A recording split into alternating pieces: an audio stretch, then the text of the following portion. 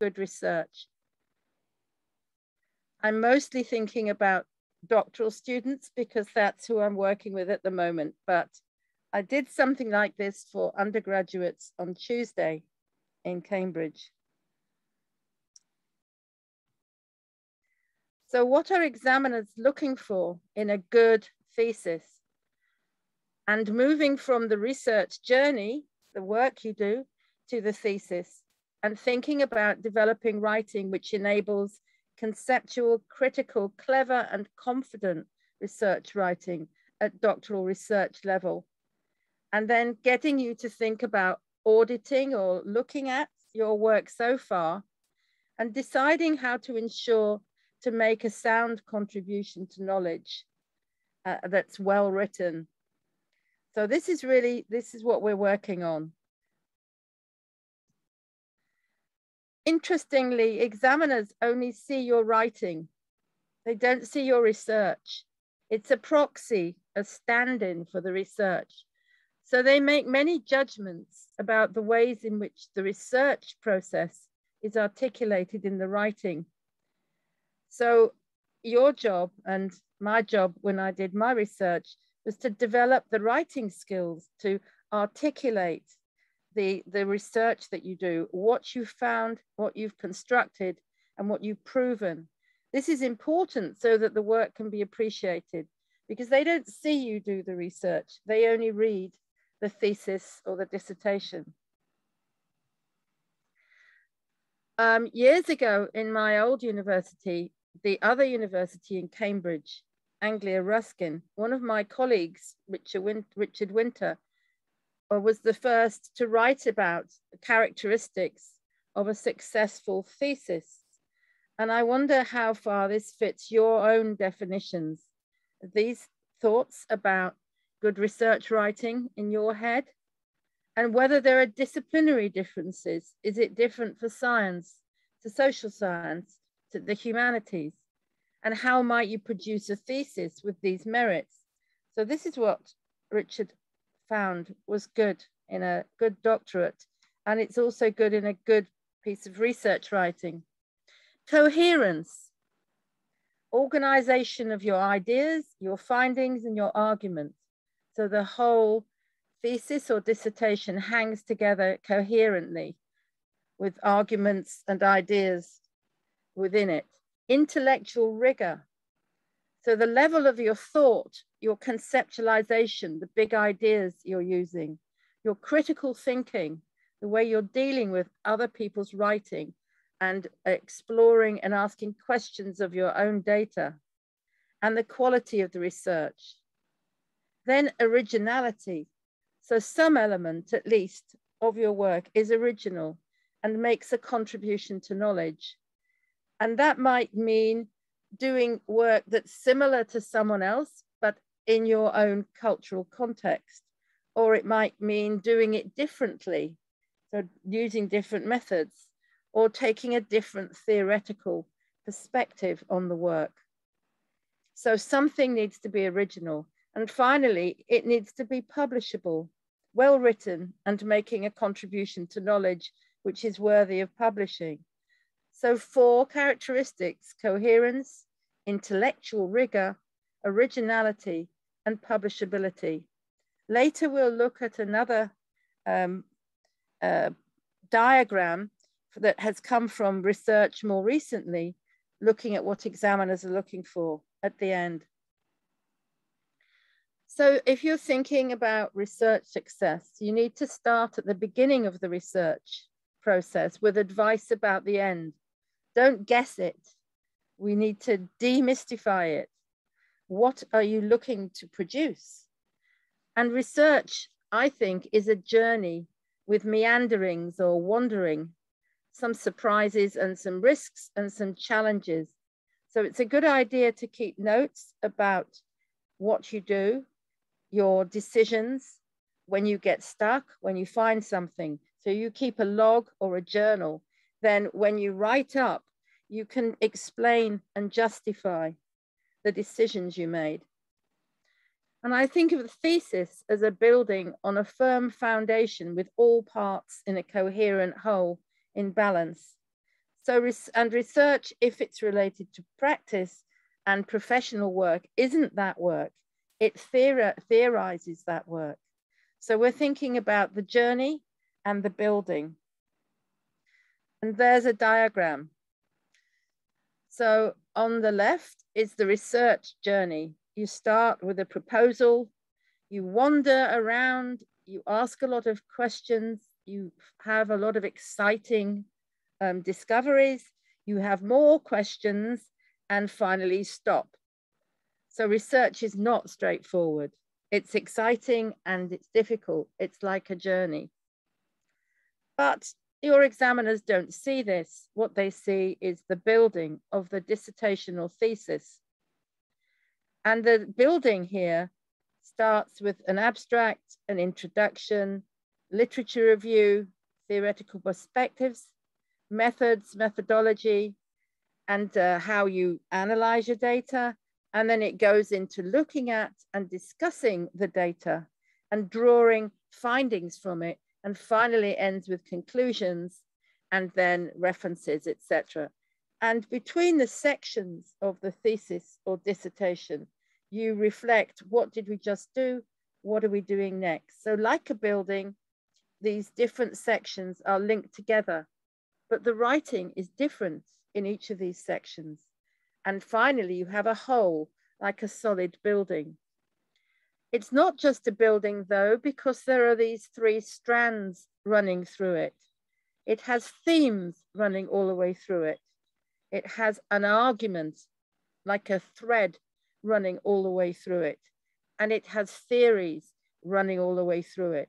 So think of it, your dissertation or thesis, as a well-built building with all the writing in the right sections, but also with a really strong argument and with themes and theories running through it. On the right-hand side is the less common article version. I won't discuss that, but in Scandinavia and the Nordic countries and some parts of Europe, they produce an article version. So they're writing articles as they go through their research projects, and they put it all together in a thesis and a book. So they too are on journeys, which are research moving into writing. So if you keep this in your mind, that you have these two things to do, I think it becomes clearer that you need to move the research into writing as soon as you can, but that the first version of your writing will not be as clever, as conceptual and critical as the last version, because you refine it over and over. So there's one drawing. So my question is, how do you get from the research journey to the dissertation or thesis? Because that is the thing that will be examined. So if you want to do a good thesis, you have to do good research, but translate it into writing with coherence, originality, critical thinking, publishability in it.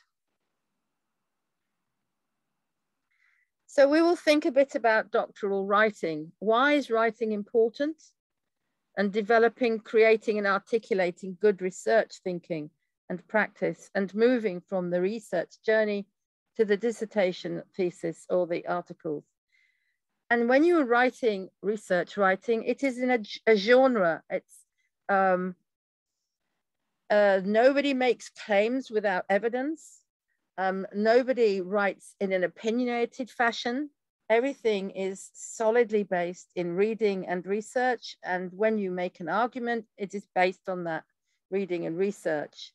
So the writing expectations are for you to be able to argue your way through your research and make a case. And you write differently at different stages and in different sections for the thesis or dissertation. We'll think a little bit about the literature review, but you have the slides to think more complexly afterwards. And we'll think a bit about developing elegant writing and good writing habits. So we'll think about the characteristics of writing which enable you to construct, articulate, and express your theorizing, your complex conceptual thinking, and the argument and worth of your work, and explore signs of this in research writing in a doctoral thesis, and ways of strategies for writing better, using models, critical friends, breaking writing blocks, and managing your writing energy, which will encourage your good writing. So we'll think about the literature review as the place where confident, theorized, critical writing in an argument starts. So you need to think, what are the rules for writing in your discipline? You're writing in the genre of a thesis or dissertation, but if you are a scientist or a social scientist or a humanities student, you also write differently, and the shape of the thesis is different. It has the same argument, the structure is very much similar, but the more space is spent on explaining how you do your research, your methods, if you're a social scientist. Scientists don't spend very long on that, and literature people hardly tell you at all. So I'm also getting you to think, I think, what good writing strategies have you found or developed already which help you write at this level? So you need to develop good writing habits. We write differently at different stages. We outline the whole, and then we become more critical, and then we develop arguments, and we base our theorized arguments on the data that we have collected or created and analyzed. So different forms of writing in different parts of the thesis or dissertation. And you produce a variety of forms of writing based on your forms of reading. So as you read, you start to turn it into thought, into research, and then you do your own writing from that. And I wonder what kind of writing issues you have in your own work. Do you worry about style or language, structure of argument, a lack of balance between the parts? So have you got a huge literature review which just states what people have written? Or do you engage in an argument with what people have written? Do you have a lack of objectivity? Are you overconfident? Is your work unbalanced and bitty? Do you state something rather than argue it? Is it under-theorized? Do you justify or not? Do you know what you have to say? So I want you to think for a minute, what are your writing issues? And perhaps pop some thoughts in the chat. I can see there's lots in the chat. I'm sure it's all in Portuguese though. So I'm going to look briefly at the chat and see what people have said. And I'm asking you to think, what are your issues with your writing? Because it is only your writing, the examiners will see. Okay. Jose, help me with what they're saying.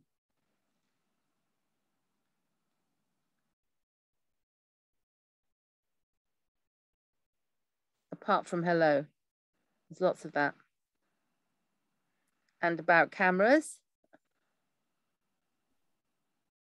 Yeah, right now in the chat, there are only people talking about making comments. We're waiting for the questions. Okay, there's one person though. Jeanette said she has, she usually goes too fast to the point.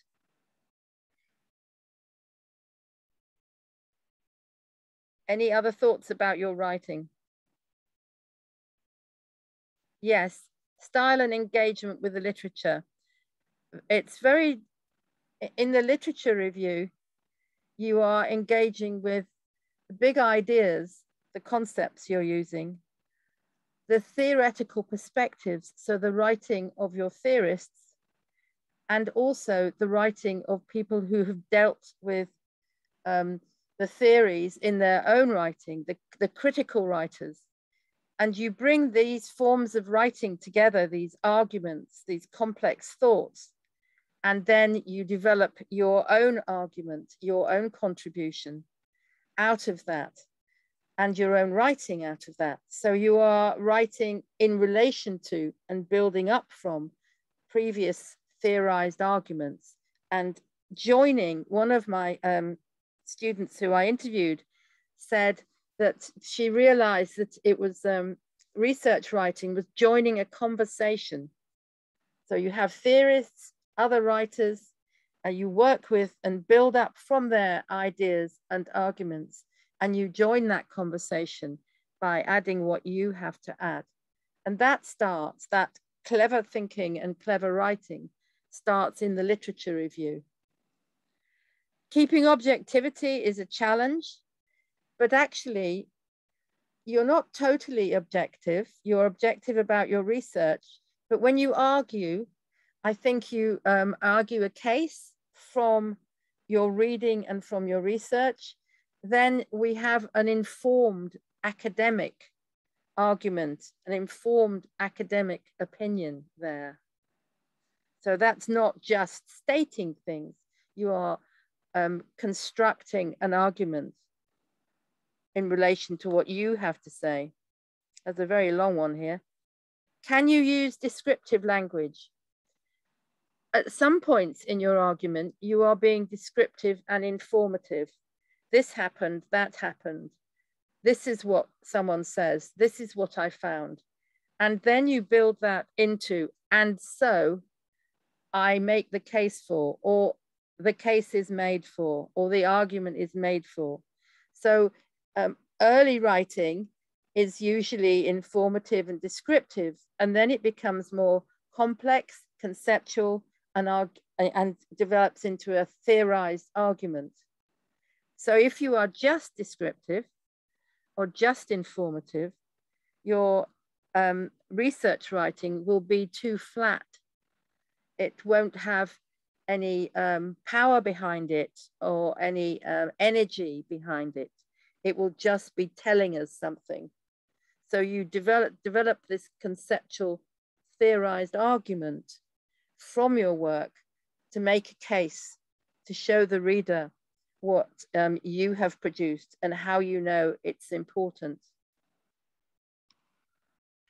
Professor Tina, I think you already answered this question, but the main questions in Portuguese is about how to be objective and how to be critical in our texts. Yes, I think, and I've said you are objective because you're working from a research background and you've carried out experiments or you've explored something using theoretical perspectives. But you also put the energy of your interest and your argument into your writing. So good writing then, yeah, you don't want a descriptive thesis. You want a thesis that tells a story, makes an argument, engages with the critical writers and the theorists, and explores and develops a case, an argument for what is new through the data that you have discovered. And so we're working at a conceptual, critical argument level. But of course, your interest is behind that. But it isn't just your opinion. It is your informed research opinion that drives your argument. I hope you can see the difference. Somebody said something else there. What about, does the criteria for good writing differ in different countries? I don't think so. I don't think so. I think everybody and in every discipline wants a well-argued case based on good research and good analysis, which is also theorized and has a theoretical perspective. So I wouldn't know if there were huge differences between the UK and the USA, but I've examined a PhD theses from many different parts of the world, India, Canada, Africa, South Africa, Europe, Scandinavia, and the UK.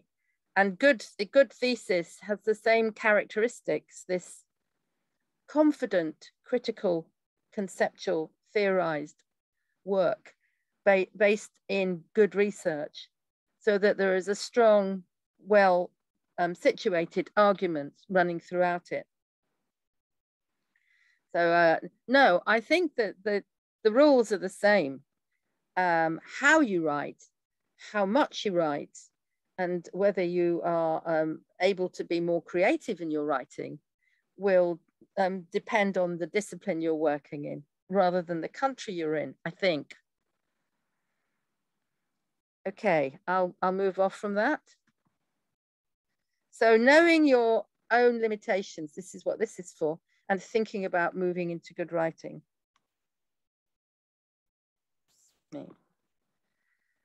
So some good writing advice then: develop your structure in your writing, work out which bits of argument, which bits of data, which bits of theory go in which bits of the thesis. Explore the different writing in different sections. A good thing to do, and I'm sure you do it, is to read other people's articles and think not about what they're saying, but how the authors are constructing them.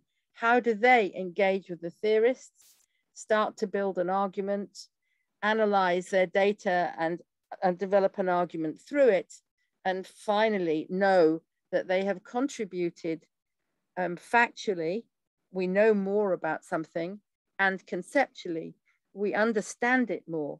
We have had a contribution to meaning. How do they do that in an article?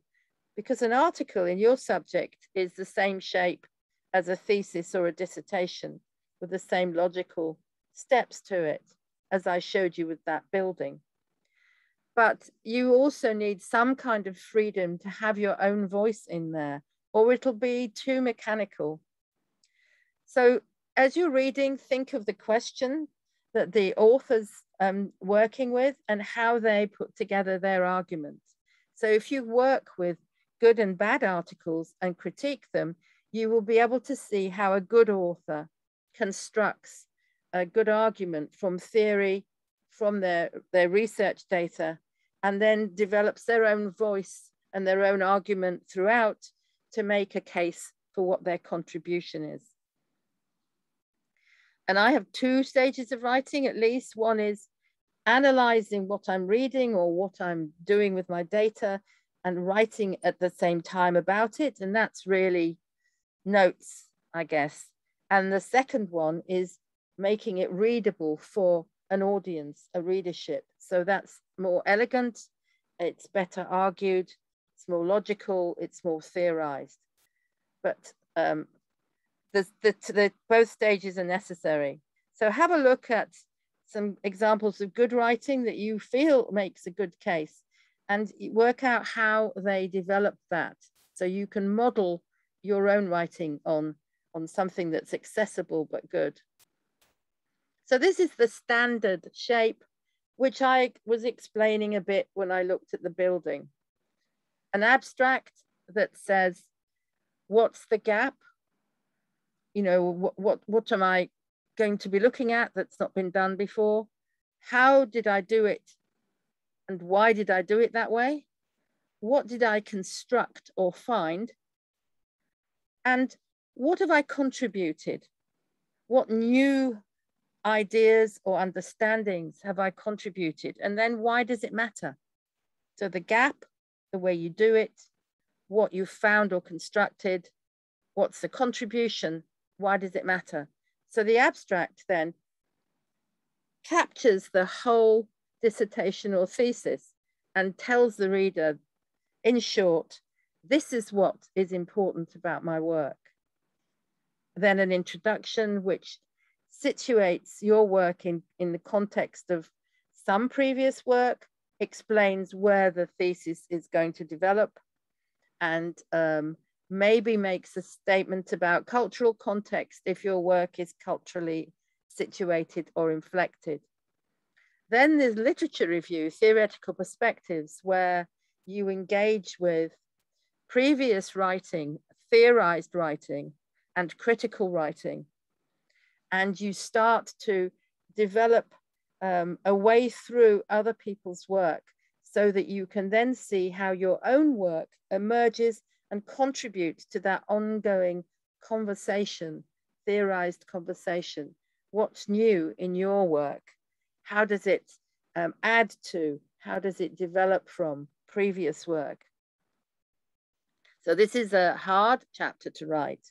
This is the chapter where you make breakthroughs in your thinking, because by working with other people's theorized and argumentative critical work, you can see how you theorize your own work and make your own contribution. Methodology and methods, you are arguing for why you do the work the way you do. That also has some references in it. You also explain ethics and data analysis, particularly social scientists do this. And then we get to, what have you found or constructed? How does that develop from or relate to the theories you're using? Because not everything you find is equally important. Some things you find and construct are more theorized and they relate to your question. So you start to funnel down and look at what your data means and why it matters, and you talk about it. So this is a really good argument section that uses the data. And the data is always in small chunks and the writing around it is bigger. And then you say, what have I actually found? And then you put that in the conclusions, factual conclusions, conceptual conclusions. So the shape is always the same, unless you're doing something creative in the middle of it. So if you were doing a novel in the middle, you would have a different shape. If you were producing a patent, you would have a different shape. If you're producing a performance, you would have the argument around it, but you'd have the performance in the middle. So this is how it develops. It's logical because it's saying where it's come from, what you did, what you found, and why it matters. So there are some discipline differences that I've mentioned at the bottom here. Scientists very rarely spend a long time on methods. Social scientists spend like forever on telling you how they did it and why they didn't do it this way. So this is research writing then, a little bit different in each of these sections. Sometimes it's telling you more. So in the methods, you're telling somebody why you did it this way and what you did. Whereas in the literature review, you are engaging with theories, other people's writing and their arguments and developing your own argument. So the writing is a bit different in different sections. So this just follows that shape. And that might be easier to see it, that first you write proposals, then abstracts, but you come back to the abstract and you rewrite it over and over. And at the end, you write an introduction, a literature review, methodology and methods, and then you annotate and analyze and discuss your data. You balance what you give of the data, not very big bits, with the discussion.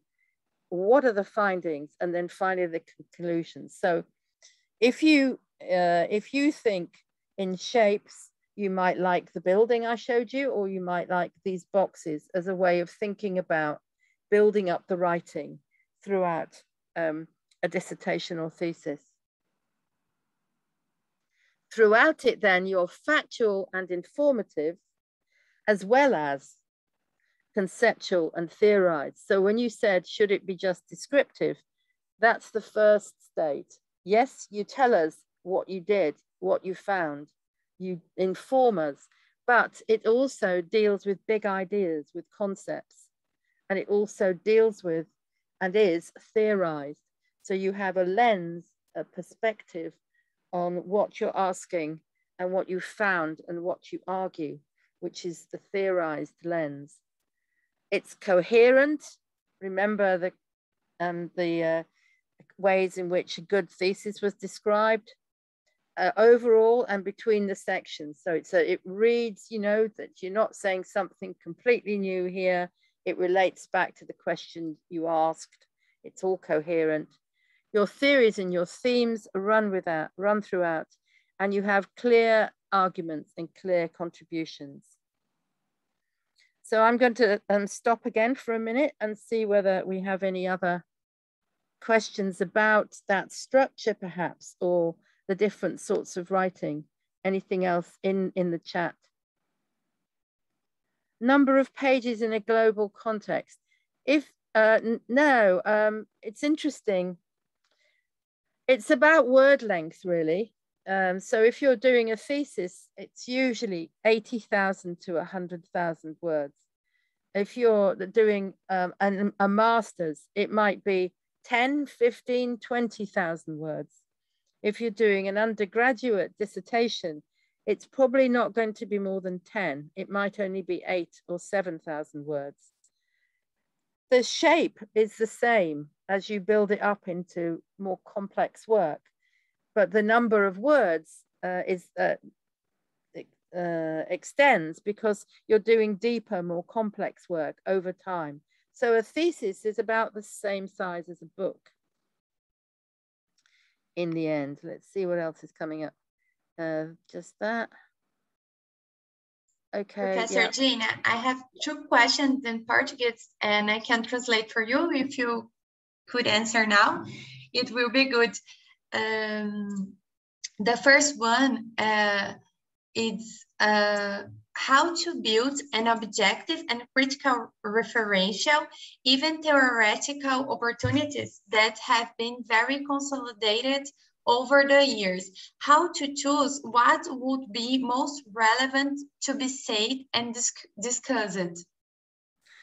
Yeah, so I'd have to spend longer thinking about that. If you know what you want to look for, and finding theories, and theories have usually been developed a long time ago, and they usually have a name of a person or a group of thinkers attached to them, though there are new theories. The theories will help you narrow down what you're looking at and what you find, because otherwise you might just look at anything.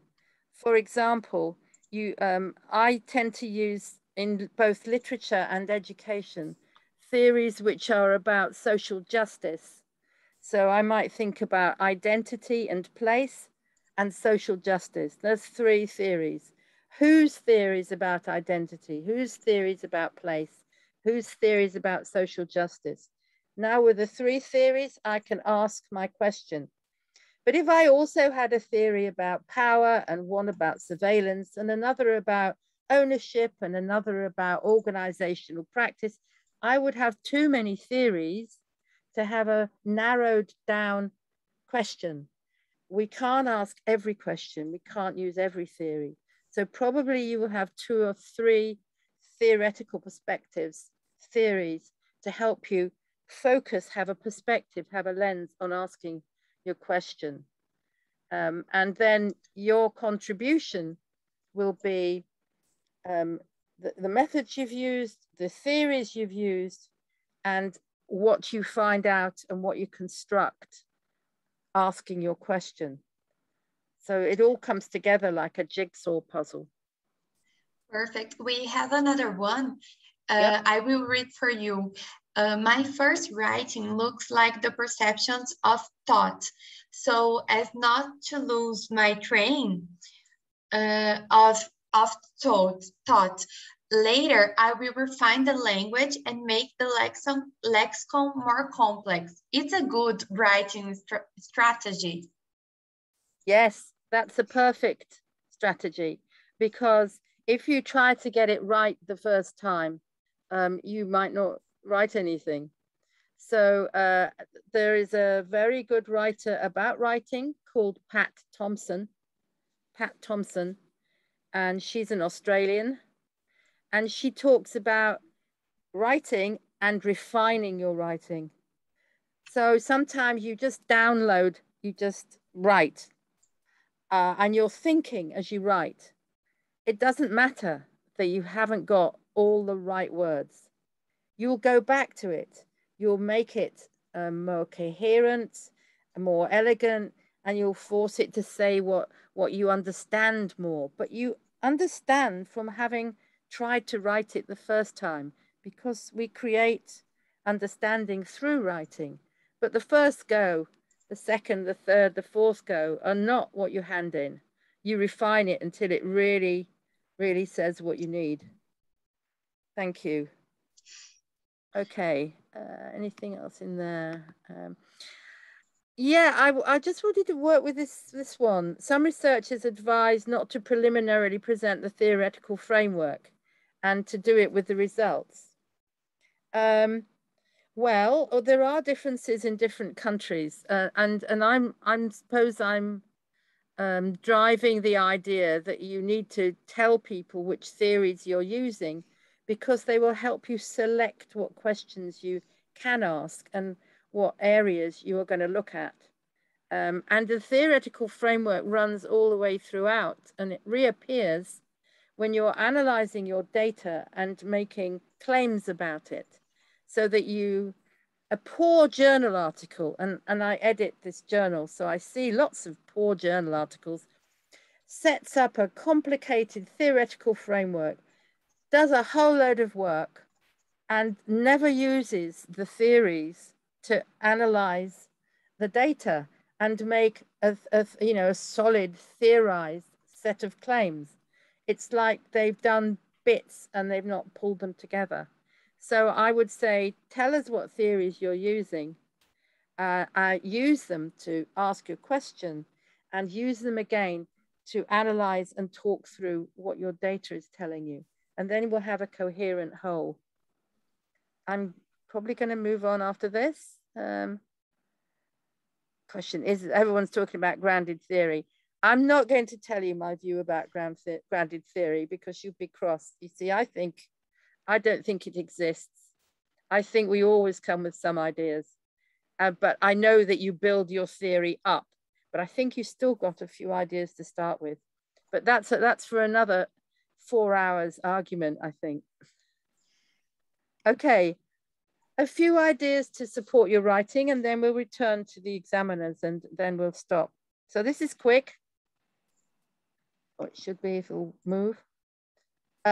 Here's some books you might find useful. One is mine, the other two are not. Swales and Feek talk about academic writers who enter into a conversation through their writing, collaborate, review, and constructively criticize one another's work. You do that in the literature review. And you build support for your conclusions through the use of logic and evidence. And evidence is information found in your original research and in the writing, the information and interpretations of others. So this is what we're doing when we're doing this academic writing at this level. We're more cautious in making claims, and we mitigate. Maybe we can say this, I'd like to argue that. And we use more sentence connectors to show how part of our text link together. So we make a statement, we build it up from something we've read or found or made, and then we start making claims. We are argumentative, critical, and original.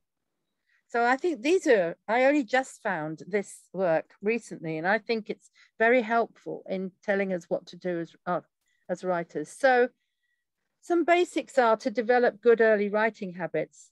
Write up as you go along, with that early work not being word perfect. This is your first go.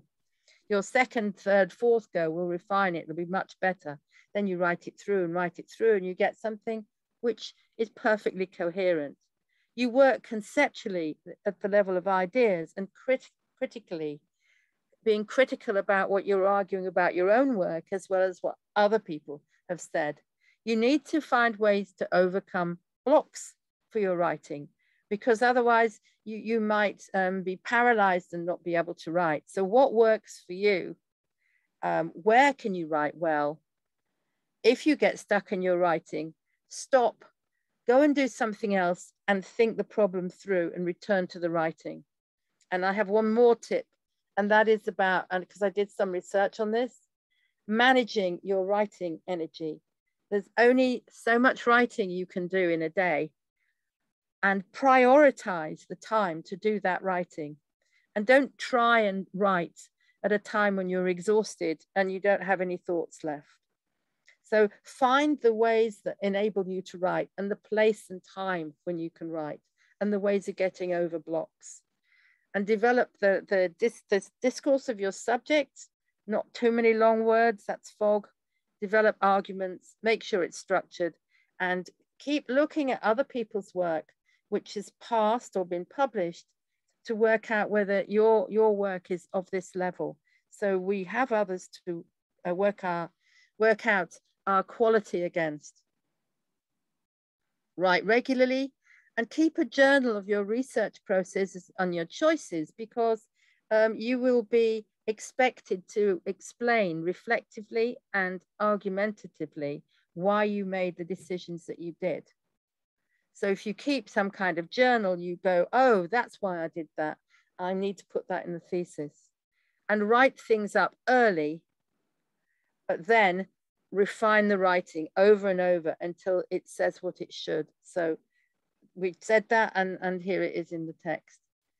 So I think we're probably coming to this point. I think maybe you said what issues you have in your own writing, or writing at different stages, and maybe advice to somebody else. But just to see if there's anything else you want to put in the chat about issues with your own writing, or advice you'd give to someone else. Just give you a minute to think about if you want to say anything there.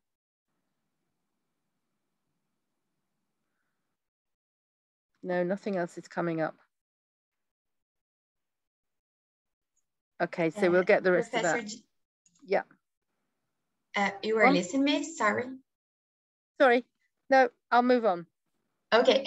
Professor Gina, someone asked you about how to write, how about writing first person? There's quite a lot of new work on that. We need to decide whether, sometimes it's the discipline answer. If you write in health and medical areas, then you will probably always say the researcher did this, the researcher did that. It's acceptable also to write in the first person, but it's not opinionated writing. It's, I should like to argue, meaning from the theory and from the research, that this is the case and that this is important. And that is not an opinion, you know, it's so much better to be on the beach. That's my opinion. Your opinions in academic writing are based on theorizing, on research, and on working with others' arguments and your own. So you can say, I did this, I did that. You can say, we did this. And you can also say, this was done, that was done. I think you have to find the voice that works for you, and leave the personal opinion out of it. So I use I, but I deliberately use I. And sometimes I just don't. I will explain things that are happening and make the case, and I don't come into it. But if I want to make a case that I feel deeply about, I might well start the whole thing and continue with I. You will find that your supervisors have views about this, and there are disciplinary views about it. So it's best to conform with what the disciplinary expectations are if you're a social scientist or an arts and humanities person. But you will also develop your own voice, which is your views and arguments about something. Okay, I think we're kind of moving on a bit, and just need to get us to the last things that examiners say. If I can get the slide to move. There, I'd rather be there. I'm not going to talk any more about the literature review because I think we've done that. But I'm going to go to what examiners are looking for. Well, these are some things you might do to break writing blocks. Just write, free writing. Splurge, that's my term. I just download what's in my head. And sometimes I have writing going on in my head when I wake up in the morning. So I have to get a coffee, sit down and download it. And I might speak it, or I might write it, or I might type it badly. I go back to it and return and shape it. But if I've had a clever thought, I'm not going to lose it, and I'm not going to try and make it elegant the first time. Start writing wherever you feel you've got something to say. And do two sorts of writing. Rowena Murray, who's another writing expert like Pat Thompson, talks about snack and binge writing. With snack writing, you have small bits of work that you need to get done, and you can do them 15 minutes. And with binge writing, you sit down and you work all day because you're going to write something through and through. But we get a lot of writing done by doing it in little snacks and maybe making them better later, maybe writing on it afterwards and improving it. So these are just a few tips. And some more. Maybe you draw a diagram like I showed you one of mine, and you write from that. And the Canadian author Margaret Atwood says there are at least 6 people involved in any piece of writing. So share your writing with others and support them in their writing and let them support you in yours. And you can write in writing groups. You can co-referee and co-edit each other's work. If other people who you trust comment on how coherent your work is, whether they understand what you're saying, whether you've made a case for what you found or constructed, that will help you clarify it in your own writing. So remember, writing is actually both a lone activity and one where we share with other people. Make it a priority and do staged work towards your final piece. Don't be overwhelmed with the size of it. And then we get to this managing the writing energy thing at the bottom. There's only so much energy you have in a day for writing. So don't waste it on things that don't matter, in other words, on emails. Use that writing energy to write your thesis or your dissertation, or to engage with some thinking that comes from the literature, or to say something clever about your data. Manage your writing energy because you won't have it all day. I thought that was so interesting when my interviewee said that. So maybe already develop the arguments the theorists and experts use, developing your argument. Indicate where your own work plays a part in the argument and will make a contribute, and defend the use of literature and theorists in your own writing and your own conclusions. So think about a 3-step process of engaging with the work of others and writing about your own writing. So I'm trying to make this sort of staged and simple. Okay, I'm going to move on to the final stage here and just return to what examiners are looking for. And I'll just stick with this. This is from a piece of work that 2 of my colleagues, Australians, did, Jerry Mullins and Margaret Kiley. And they worked on examiner reports. And I think you might find it useful to take a photograph of this because I find it so amazingly helpful. On the right-hand side is a less than ideal thesis. On the left is a good one. So one that is less than ideal, but still might get through, has too much detail with lack of analysis. They've downloaded everything they've read, everything they've found, they've not analyzed it, and there's no argument. A lack of confidence and energy and engagement. Maybe they're bored, they're just stating things, they're just describing things. There's no confidence, they don't know what they've found or made. A lack of argument and rigor. And shoddy presentation, and that's interesting. So they've handed in a piece of work that has a lot of typos in it, a lot of repetition that isn't linked together.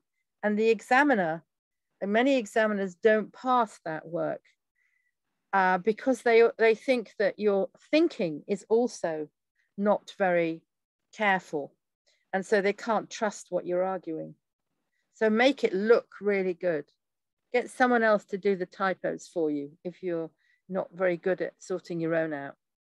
A lack of critique of your own analysis and sweeping generalizations based on opinion. Remember, I spoke earlier about opinion. You analyze and you build up an argument. You don't go, and so we can see. inadequate or poorly expressed methodology and scope. They haven't explained why they did it and how they did it, and they haven't defended that. So that's not a very good one. When you have a moment, I think, look through this list and think, which of these are my faults? And on the left, a good thesis has critical analysis and argument, confidence, and a rigorous self-critical approach. Doesn't make a claim without backing it up and being self-critical about, I can't really say too much of this, but this is what I found. Here's my work to back it up. It has a contribution to knowledge, or more than one, and knows it. It knows what it's found. It knows what it's added to knowledge or deepened knowledge with. Originality, original enough. It might just be in a different context or doing something a different way. Creativity and a degree of risk taking. So you've done something a bit different. It's that kind of risk. Comprehensiveness. You have covered the ground, you've done the reading, you've done the analysis, but you're scholarly. You select and direct how you're using it. And it's well presented, well structured, and you've got the right methodology for what you were doing. So I would say that all I'd like you to think about now is how you would personally spot what you're good at on the left and what you need to improve on the right to have a really successful thesis. Any thoughts about what you are good at and what you need to improve, or any questions about this chart?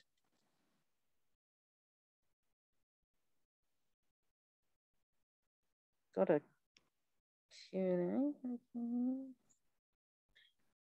Professor Gina, I have one question about it, and how we can be creative when we need to write academically, or I can say very formal, you know, how we can be creative. What's your discipline? What I study? Yeah. Yeah, I am a doctorate degree student of education.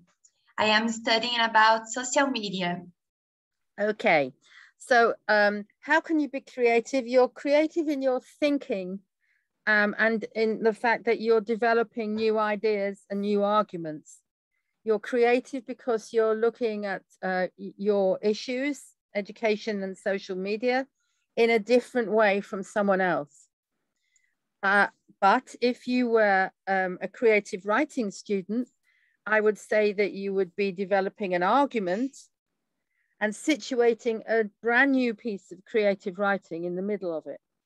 So every discipline or subject area is creative. It has opportunities to think something new, to add to knowledge, to understand something differently. This is academic creativity.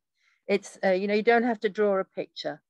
Although I do have a student who's completing, and he has pictures in his work, and he's an education student. So, but it's about thinking differently, really. So that's creative. I hope that helps. Okay. Yeah. Well, I mean, there's a similar thing here in the chat. Reading only academic texts and not reading works of literature.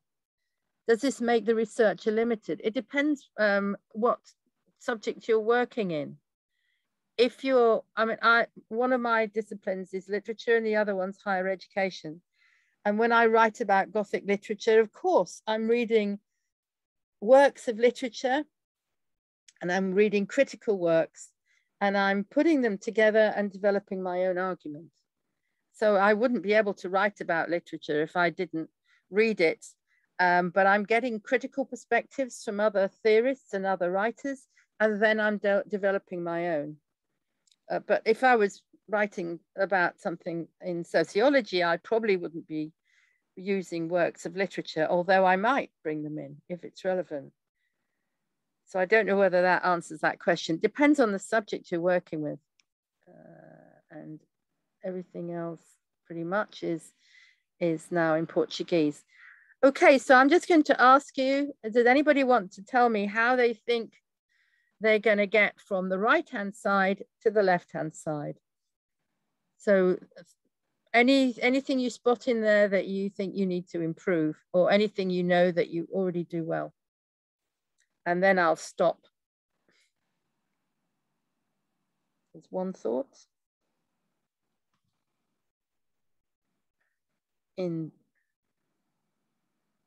That's in Portuguese. Training and training. Yes, yes. And asking questions and moving away from the whole thing and talking to other people. And then coming back and saying, how can I be critical? How can I be scholarly? How can you can make sure it's well presented and that you've got good methodology.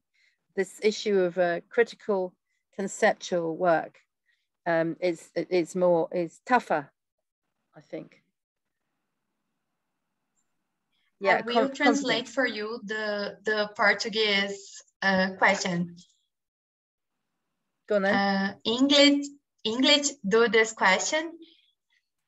As I am a discourse analyst, I usually analyze beyond what the data say.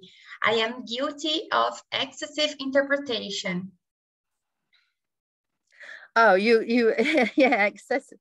I actually think many researchers are guilty of excessive interpretation and excessive use of data. So this is common across lots of different disciplines. If you feel you're overdoing it, pull back a bit. Make the important things you have to say rise to the top. So you make sure you say those. And I think for all of us working in research, we need to find out what our main argument and our main contributions are, and our main way through our data, or through our discourse analysis processes, or through all the literature that we're working with, because you cannot talk about everything, or you won't see any patterns and you won't have any arguments. So you find a way through it. There's a whole, there's lots and lots of stuff to do and to read. And then you say, this is my bit, and I'm going to argue and develop my argument and theorize this bit. So if you already know you do too much, pull back, see what's important and emphasize that. What's your part of the whole piece of work? Okay. Yes, wonderful. Collaborative work. We have a research group in which we manage to improve many of these aspects. Absolutely. Even if you are not going to produce, see in the Nordic and Scandinavian countries, when they're writing the article version, they are working together on a project, and the first articles are jointly written and the final articles are written by the candidate. And the research group, through its joint thinking, is so creative, and sometimes of course it's destructive, but usually it's creative, and people develop ideas and share things, and everyone gets supported because other people critique their work. Yeah, I think that's wonderful if you've got a good research group. Okay. Any other thoughts? Nick Souzanis. Yes, absolutely. So I've also used his work. He works visually and comics. I do know what you're talking about. Yeah, if you, I use visual work and I suggest it to others to release ideas. And my student who is just finishing has got his images of jesters, people throwing things in the air and dressed up, and clowns, which explain something of the way he goes about his thinking. And that's part of the end of his thesis. And so he was influenced by Nick Souzanis. Yeah. So creative, you might find that loosens up thinking processes in any subject. So, and I know he did his through comics. I have another friend who presented his PhD by singing it. But these are extremes, okay? I would not sing my PhD. I think he handed in a bound version as well, but he sang it. His name is Jeff. I've forgotten his second name, and he's an Australian. So he used it as a kind of a, you know, a performance. So it's a performance-based PhD, but it's a PhD about higher education. So be careful what risks you want to take. Okay, two more messages. And I think I'll just show you through to the end. A good thesis, its strength lay in the depths to which the candidate was able to pursue numerous disciplinary insights and the capacity demonstrated to keep these various insights focused on his complex topic. So he's got theorized insights, but he's focused. It shows an extensive knowledge of relevant literature, a comfort with conceptual development, an ease with qualitative research techniques, a talent for the analysis of data, and a facility for writing up results. If anyone says these things about your thesis at the end, you've done it, you're there. It's a beautiful piece. And I'm going to sort of stop. We've got that picture again and things, and there's some references, and I'm done. Okay. Thank you so much, Professor Gina.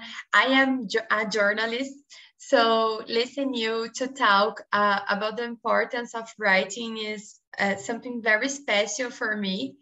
And we have a lot of interactions in our chat. So I think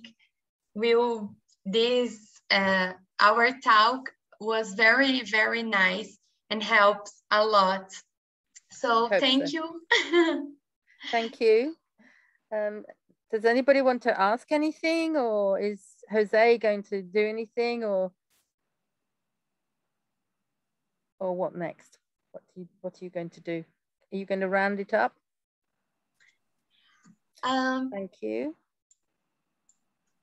I think persons did their questions in our talk, so maybe, but people are saying, I love your presentation, very helpful. Yes, some lovely comments. Thank you all very much. And the whole chat thing worked because I think people said things, and thank you, Maria, for translating as you went, and Jose is also translating things. So you should have a record of the good questions that you asked. They were very good questions. And it was a privilege to be here with you. It's a shame I'm not there with you, of course, but there you are. Okay, thank you.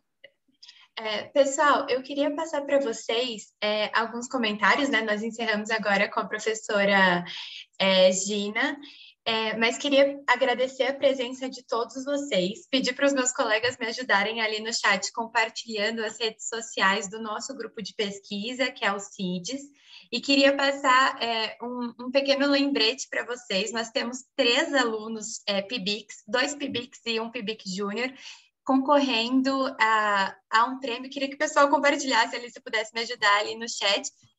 Eles estão concorrendo a um prêmio de melhor pesquisa. Então, se vocês puderem nos ajudar votando nos pesquisadores, né, do grupo CIDES, iria ser bem bacana. Logo o pessoal já vai colocar ali no chat para vocês também. Ali no CMI, que o Roque acabou de compartilhar com vocês. E eu agradeço muito a presença de todos vocês. E é isso aí, essa gravação ela vai estar disponível no YouTube também, com a devida tradução. Muito, muito obrigada pela presença de todos. Thank you, Mrs. Whisker. Thank you. I'll disappear and go to sleep, I think now. Thank you all for being a wonderful group, and hope to see you again. Thank you. Thank you. Bye-bye. Good night. Good night. Bye, everyone.